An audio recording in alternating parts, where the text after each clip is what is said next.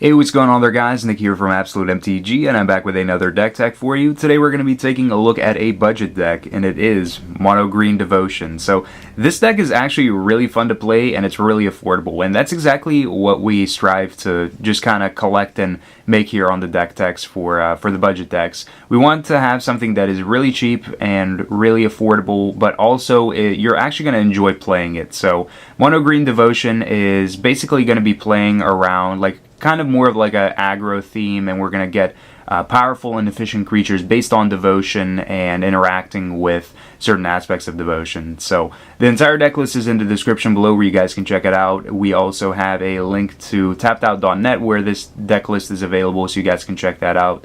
The link is in the description as always. Without further ado, let's jump right on into it and take a look at this deck tech for Mono Green Devotion. So first off, we have Elvish Mystic. So our Elvish Mystic is going to help ramp us along. It's a 1/1 for 1 green, and it adds 1 green to our mana pool, allowing us to play turn 3 cards on turn 2, turn 4 cards on turn 3, and so on and so forth.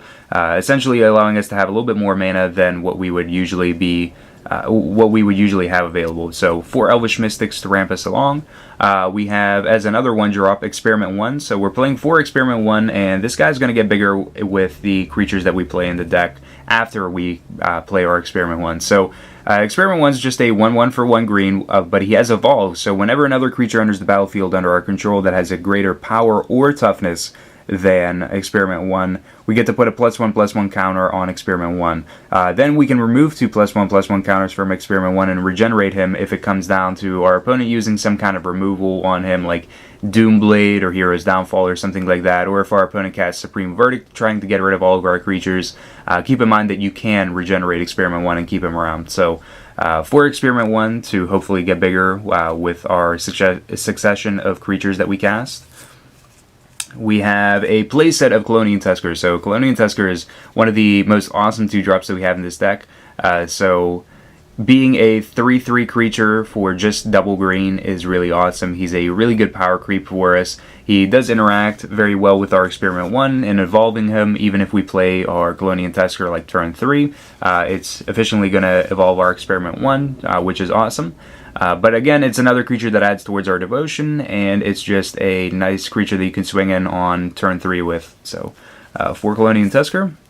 We have Burning-Tree Emissary, another devotion enabler in this deck. So 2/2 for double hybrid Gruul, and whenever it enters the battlefield, we add 1 red and 1 green to our mana pool. So we're running 4 Burning-Tree Emissaries, and in hopes of being able to kind of chain them together in one turn. So if we can cast like 2 or 3 Burning-Tree Emissaries on turn 2 and then play something else on top of it, it's awesome. But otherwise, it's just another card that adds towards our devotion. It's just another bear for us, 2/2 for 2.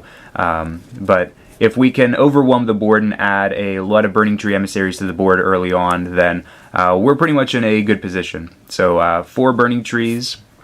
We have Boon Satyr. So Boon Satyr is our 3-drop for the deck, and he is a 4/2 for 3 with Flash and Bestow for 5, and enchanted creature gets +4/+2. So we can either flash in Boon Satyr as a creature himself, or we can actually flash him in as a enchantment that is going to enchant one of our creatures and give it +4/+2, which is really, really awesome. But being able to bestow or being able to just use it as a creature is really awesome, and it's really versatile. That's one of the best things about Boon Satyr is you can either go and just try to put more creatures on the board, or you can try to make some of your dudes a little bit bigger and get around some of the creatures that your opponent's playing. So for Boon Satyr, one of the most interesting cards in this deck, and probably one of my most favorite cards in this deck, is Reverent Hunter. So it's a 1/1 for 3, and whenever it enters the battlefield, put a number of +1/+1 counters on it equal to your devotion to green. So this is where our devotion is paying off. So our Burning Trees and our Kalonian Tuskers and everything like that,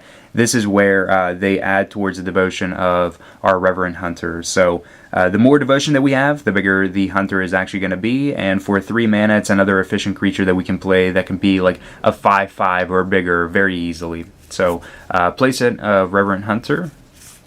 Then we have Rubblebelt Raiders, so another creature to add devotion. So 3/3 for 4, and whenever it attacks, put a +1/+1 counter on it for each attacking creature that we control. So on top of like all of our burning trees that we can put out onto play very early on, and like all the other cheap and efficient creatures that we've played, if we're swinging with a whole lot, then our Rubblebelt Raiders is going to get pretty big. So Rubblebelt Raiders is pretty much just another devotion enabler because it has that triple green in the casting cost, and it's also a very easy way to get a bigger creature swinging in each time it swings. So 4 Rubblebelt Raiders. And then we have Mistcutter Hydra. So we have 4 Mistcutter Hydra in the deck, and we're not playing Nykthos in this deck. That's probably the one thing that if you're trying to make this non-budget, that would probably be the first thing to get, would be 4 Nykthos for this deck to kind of manipulate your devotion and be able to add a whole lot more mana than what we already can work with. But Mistcutter Hydra is really awesome in this deck because it is a X and 1 green cost card. It can't be countered, it has haste and has protection from blue, and it enters the battlefield with X amount of +1/+1 counters on it. So against decks like Control and against decks like Mono Blue, it is really, really good, but the more mana that we can put into it, the bigger the Mistcutter Hydra can get, and that is exactly why we would want to have a card like Nykthos in here. But for budget purposes, I left Nykthos out. But for anybody that has Nykthos or would want to improve on this deck, Nykthos is definitely where you want to be. Just add 4 more Nykthos into this deck and take out 4 forests that we have. Next we have Aspect of the Hydra, so target creature gets +X/+X until the end of the turn, where X is your devotion to green. So it's kind of like our Giant Growth in this deck, but our Giant Growth can actually be a whole lot bigger than a Giant Growth could usually be. So instead of giving +3/+3, we could be giving like +5/+5 or something like that. So Aspect of the Hydra is really good. It's a really efficient way to be able to manipulate combat math, and especially swing in for a whole lot with one creature that your opponent's not blocking. So we have 4 Aspect of the Hydra as Giant Growth effects. And then we have 2 Hunter's Prowess. So Hunter's Prowess is really awesome because it's kind of like a card draw engine for us in green. So it's a 5-cost card at a sorcery speed, and until the end of the turn, target creature gets +3/+3 and gains trample, and whenever this creature deals combat damage to a player, draw that many cards.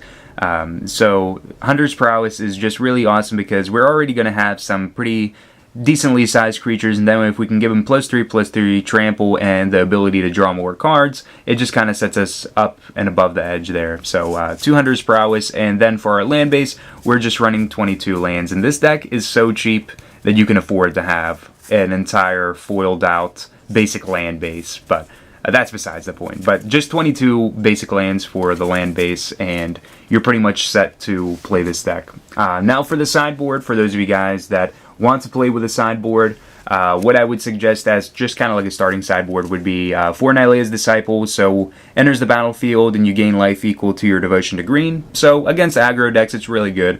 You can gain back a whole lot of life just in one swoop there with playing 1 Nylea's Disciple. Then if you can play like multiple, then you're even more in the clear.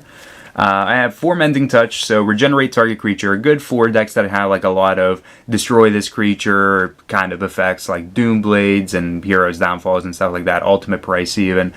So Mending Touch is good up against those decks. It's also good for saving like one big creature up against like Control. If your opponent is aiming to like Supreme Verdict you or something like that, being able to save a creature that you really want to have to swing next turn is pretty good as well. So 4 Mending Touch.